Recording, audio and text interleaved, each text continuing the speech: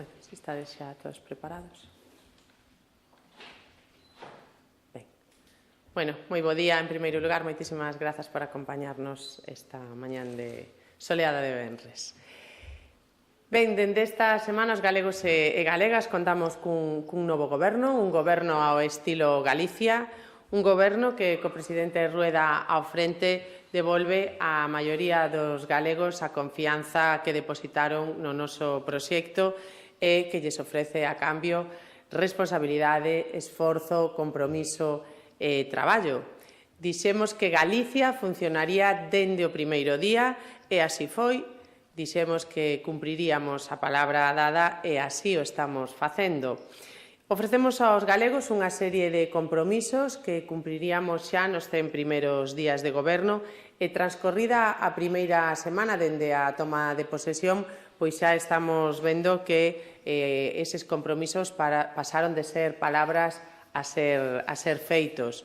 Un feito, os primeiros gastos para adoptar un animal de compañía, é un feito a creación da Rede de Dinamización Cultural Galega no rural, é un feito a construción das 375 primeiras vivendas de promoción pública, é un feito tamén a ampliación ata os 45 anos de idade de acceso á fecundación in vitro e, como anunciou onte o presidente Rueda, pois a partir da próxima semana tamén será unha realidade que este curso que comeza en setembro, pois Galicia se converterá na primeira comunidade autónoma en ter a gratuidade da matrícula universitaria en todas as universidades galegas. Ben, os galegos saben que Galicia funciona e o noso compromiso é que siga funcionando. E por iso, con Alfonso Rueda ao frente e co novo goberno da Xunta, camiñaremos cara a Galicia do futuro.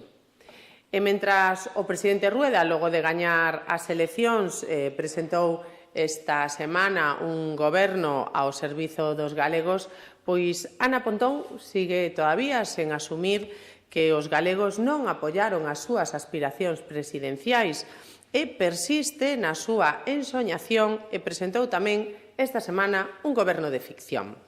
Vese que non só perdeu as eleccións, senón que tamén perdeu as ideas, porque ese invento do goberno alternativo na sombra pois xa o fixo Beiras en 1997, non?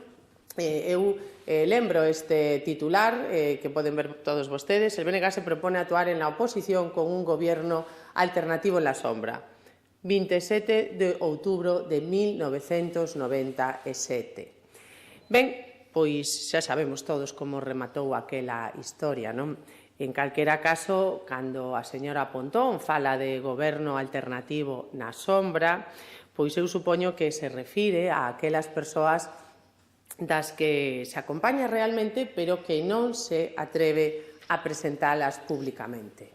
Estou pensando, por exemplo, en Arnaldo Otegi como responsable das Forzas Armadas ou en Oriol Junqueras como responsable de institucións penitenciarias ou Carlos Puigdemont como responsable de Asuntos Exteriores.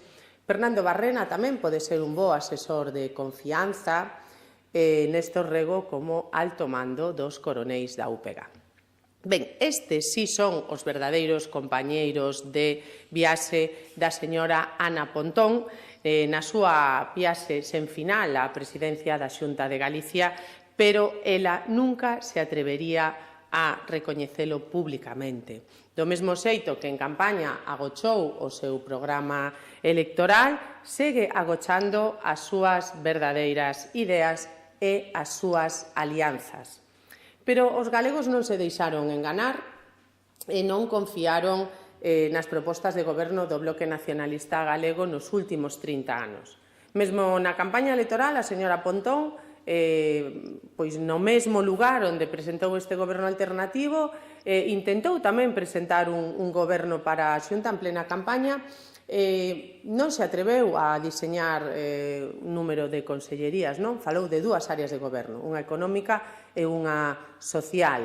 Ben, tamén dixo que terían reunións mensuais. Bueno, ahora parece que, unha vez que está na oposición, decide que sexan quincenais. Si, a verdade é que é moi difícil tomarse en serio o Bloque Nacionalista Galego e resulta moi difícil tomarse en serio a señora Pontón. A cidadanía elixe aos seus gobernos para que xestionen dende a responsabilidade e ofrezcan solucións aos seus problemas.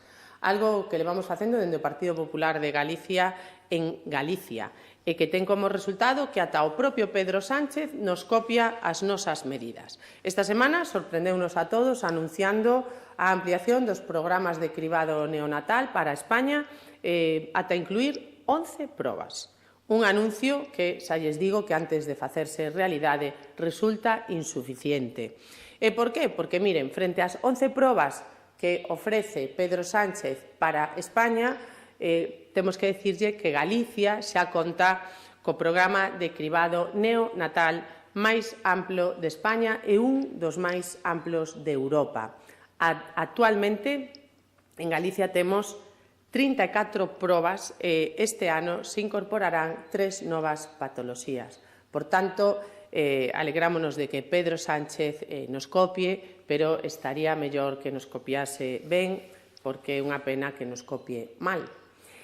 Alegraríamos tamén de que copiase a Galicia no que a autoestradas se refire, porque mentras as autopistas de titularidade autonómica un ano máis, por segundo ano consecutivo, teñen conseladas as súas peaxes, as autoestradas de titularidade estatal, como é a AP9 e a AP53, rexistraron este ano a maior subida das súas peaxes.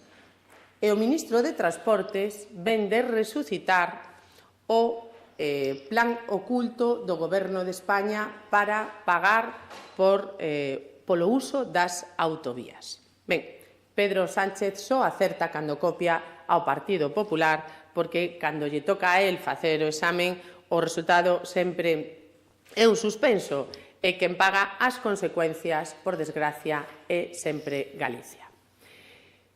E remato xa dicindo, os galegos temos a disposición 3 modelos de goberno. O goberno de ficción do Bloque Nacionalista Galego, que segue pensando no pasado, o goberno de Pedro Sánchez, que está a lastrar o presente de Galicia coas súas decisións, e o novo goberno do presidente Alfonso Rueda, que pensa no futuro da nosa comunidade autónoma e traballará durante os próximos 4 anos para diseñar a Galicia do futuro da próxima década. Os galegos foron claros nas urnas cando tiveron que elexir un goberno, un modelo de goberno, e nós, no Partido Popular de Galicia, tamén o temos claro. Eleximos un goberno ao estilo de Galicia. Un goberno que non pensa nuns poucos, senón que pensa en todos os galegos e galegas. Un goberno que recolle o mellor do pasado para blindar o noso presente e construir o noso futuro. O goberno da Galicia que funciona, o goberno, en definitiva, de Alfonso Rueda.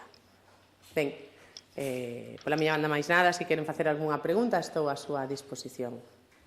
Eu quería preguntar falaba de vivenda pública, que se está impulsando desde a Xunta, pero o certo é que estes días hai solicitantes de axudas ao alugueiro que hai 2 anos que están recibindo agora a negativa da Xunta, esas axudas que lle parece esta tardanza en resolver esas peticións.